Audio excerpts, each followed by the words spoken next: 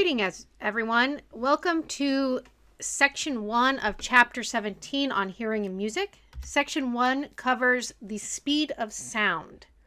Now, you may recall from Chapter 16 that sound is a longitudinal wave, meaning that the air molecules are oscillating parallel to the direction of the propagation, as illustrated here. So you can see an air molecule would be oscillating back and forth like this, and the entire wave would be moving that way, propagation. So here's propagation, and this is oscillation. Okay, so a longitudinal wave.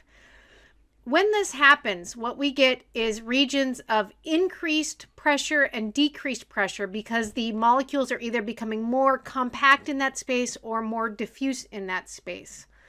You may see that these regions are called compactions and rarefactions. So this would be a compaction because they're all close together. And this region over here would be a rarefaction. Okay. Because sound is a wave, it has a speed associated with it. Here is a table directly from your book about the speed of sound in various media at various temperature. What you can see is that if I look at gases up here, we get a range of speeds. If I look at liquids, in general, they are higher. The speed of sound is higher in liquids. And if I look at solids, in general, they go up again. Now, there are exceptions, things like rubber and polyethylene. And the reason for that is if I think about rubber, the molecules are, for lack of a better word, kind of spongy. They're not stiff like in steel. And because they're spongy, they don't respond to the oscillation as well as the ones in steel. Almost think about it this way. The molecules in the rubber are held apart by little springs, and those springs, they oscillate, but they don't necessarily have a very good spring constant, so it doesn't necessarily trigger the next one to oscillate. Whereas with steel, those springs are almost like rods, so if one moves, the next one has to move. Okay. The speed of sound depends on many things.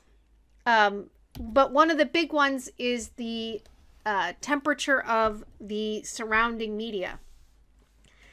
In air, the speed of sound has a formula that is 331 meters per second times the square root of the temperature in Kelvin over 273 Kelvin. Now, you might notice that this formula is slightly different than the one we used in lab. The one we used in lab is an approximation of this one. Okay. Please remember to get to the temperature in Kelvin, you have to take the temperature in Celsius and add 273 Kelvin to it. Also, notice that this is for air. If I want to have the speed of sound in helium, for example, if I flip back one slide, I see that helium has a speed of 965 meters per second at 0 degrees C. Then I could write the speed of sound as a function of temperature. What was that number? 965. For helium as V equals 965 meters per second times the temperature in Kelvin over 273 Kelvin. Okay. If we take and look at, say, helium at room temperature, remember room temperature is about 20 degrees Celsius. So in Kelvin, that would be 293. Then this formula would be 965 meters per second divided by multiplied by 293 over 273 Kelvin, all of that square rooted. If I put that into my calculator, 965 times the square root of 293 divided by 273, make sure the square root is over that whole end piece. I get the speed of sound in helium at room temperature being 999.7 meters per second. That concludes section 1 of chapter 17.